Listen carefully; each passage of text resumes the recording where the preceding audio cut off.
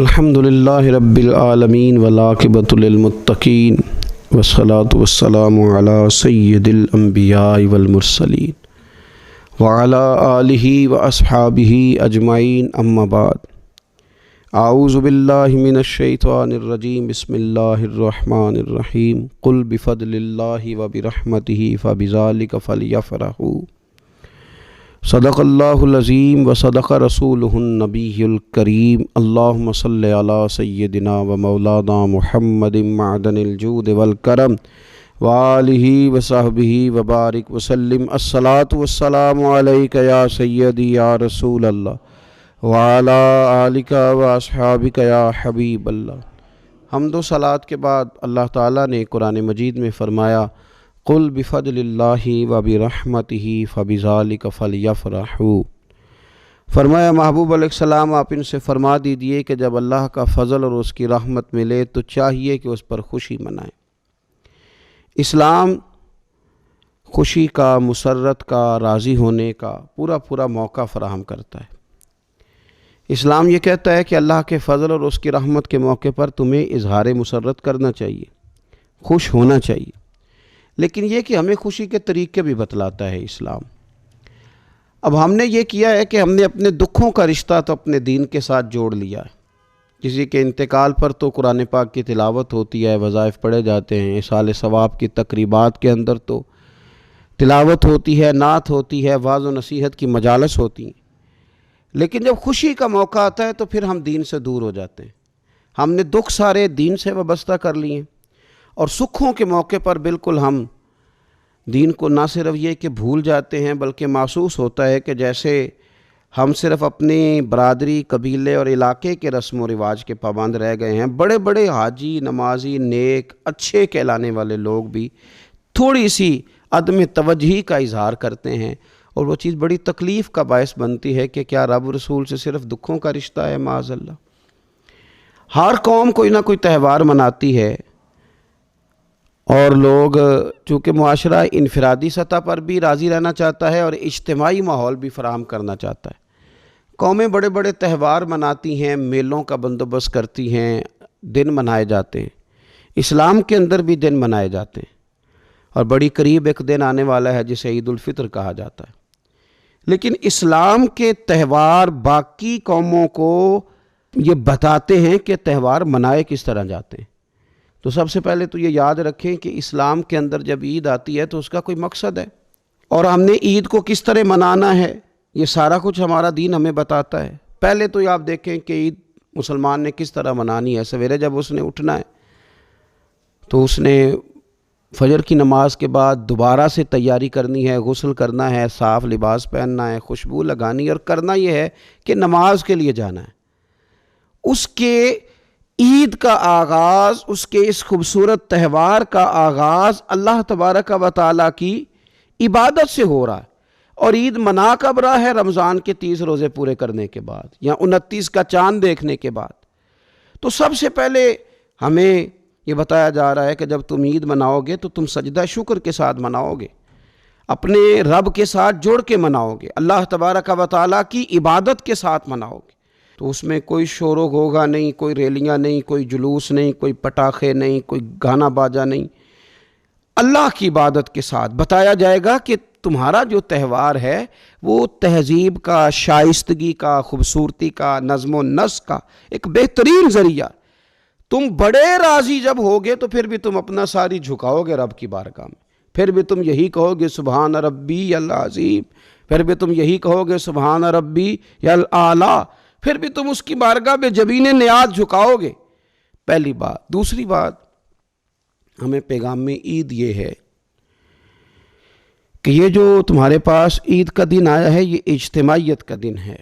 آپ جب صف میں کھڑے ہوں گے نماز عید کے لیے تو کیا امیروں کی صفیں علیحدہ ہوں گی؟ غریبوں کی الگ ہوں گی؟ کیا پڑھے لکھوں کی الگ ہوں گی اور ان پڑھ لوگوں کی الگ ہوں گی؟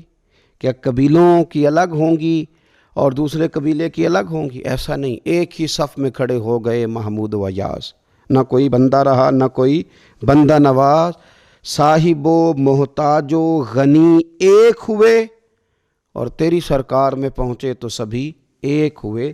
اجتماعیت کا اظہار ہے، اجتماعیت کا۔ عید کا پیغام اجتماعیت کا اظہار۔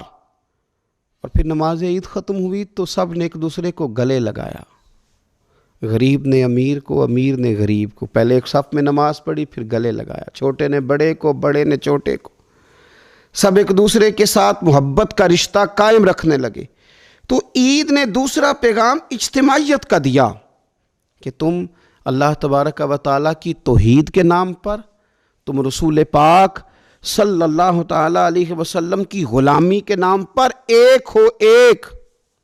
ہزاروں قومیں وجود میں آئیں دہر میں خشک و تر کے رشتے سے، پر ہم نے بنیاد دوستی رکھی یاد خیر البشر کے رشتے سے۔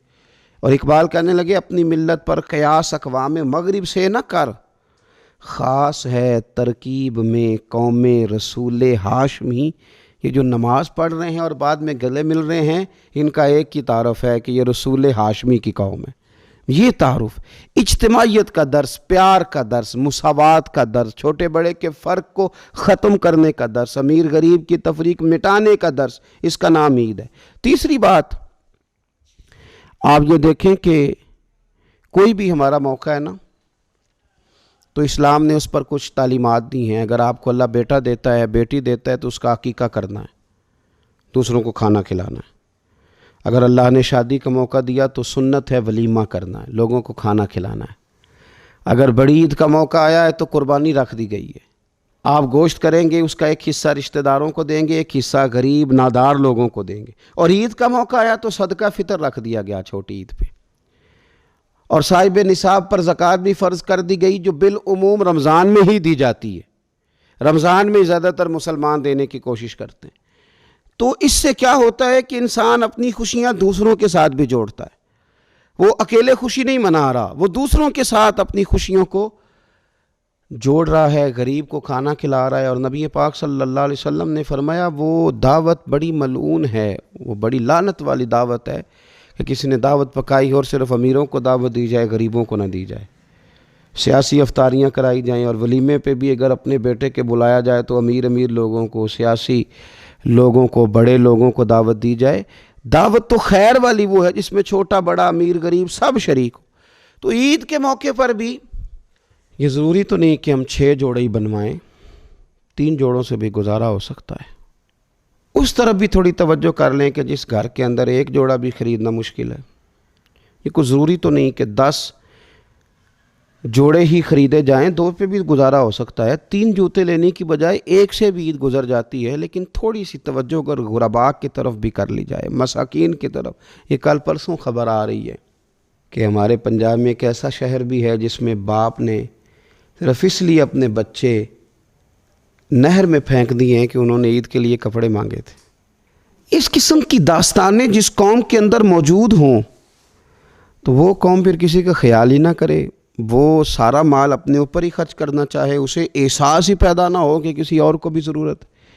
تو عید ہمیں موقع دیتی ہے۔ بزرگوں نے لکھا ہے کہ یہ جو عید پہ کہا گیا نا کہ ایک رستے جاؤ اور دوسرے رستے سے واپس آؤ، تو اس میں بھی شاید ایک حکمت ہمیں یہ بھی نظر آتی ہے کہ کئی دفعہ ایک گلی سے گزریں تو گزرتے وقت خیال آتا ہے کہ یار یہ گھر ایسا ہے، دیکھ کے پتہ چلتا ہے کہ جو غریب ہے مجھے تھوڑا ان کا خیال رکھنا چاہیے۔ پھر دوسری سائیڈ سے واپس آؤ، شاید تمہیں گھر بیٹھے یاد نہ آئے اور مکان دیکھ کے تمہیں سمجھ آ جائے کہ یہاں تو شاید روٹی بھی وقت پہ نہ پکتی ہو، اتنے غریب ہیں۔ تو اسلام نے ہر چیز میں حکمت رکھی، اور صرف عید کے موقع پہ نہیں، مستقل آپ غرباء کے، مساکین کے سرپرست بننے کی، معاون بننے کی کوشش کریں، رسمی طور پر نہیں۔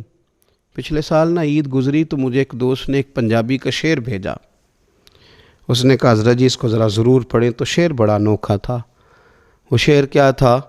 او راشن ونڈن والے لوکو، او راشن ونڈن والے لوکو، او عیدوں بعد بھی بھوک لگ دیجئے۔ عید کے بعد بھول ہی گئے تم؟ مستقل بنیادوں پر کوشش کریں کہ آپ معاون بنیں، غرباء کے، مساکین کے، یتیموں کے، ان لوگوں کی مدد کریں۔ حضرت بشیر بن عقبہ رضی اللہ تعالیٰ عنہ فرماتے ہیں کہ میرے والد جنگ احد میں شہید ہو گئے تھے اور میں ایک کونے میں کھڑا رو رہا تھا، تو نبی پاک صلی اللہ تعالیٰ علیہ وسلم نے مجھے دلاسا بھی دیا، دست شفقت بھی رکھا، تو میں نے کہا حضور میرے والد چلے گئے تو کیا بنے گا؟ تو کیا انداز حضور نے اختیار کیا اور کیا انہیں عظیم نسبتوں سے نواز دیا۔ حضور فرمانے لگے اے بشیر بن عقبہ، تو پسند نہیں کرتا کہ فاطمہ تیری بہن بن جائے، عائشہ تیری ماں بن جائے اور محمد تیرے والد بن جائیں صلی اللہ تعالیٰ علیہ وسلم؟ مستقل تجھے رشتے نہ دے دیے جائیں، مستقل ہی تجھے سہارا نہ دے دیا جائے، مستقل بنیادوں پر ہی تیرا خیال نہ رکھا جائے؟ تو عید پر، رمضان میں بالعموم اور عید کے بعد بھی کوشش فرمائیں کہ آپ مستقل بنیادوں پر غرباء اور مساکین کا خیال کریں۔ اللہ تبارک و تعالی ہمیں عید کے پیغام کو بھی سمجھنے کی توفیق عطا فرمائے۔ آخر دعوانا الحمدللہ رب العالمین۔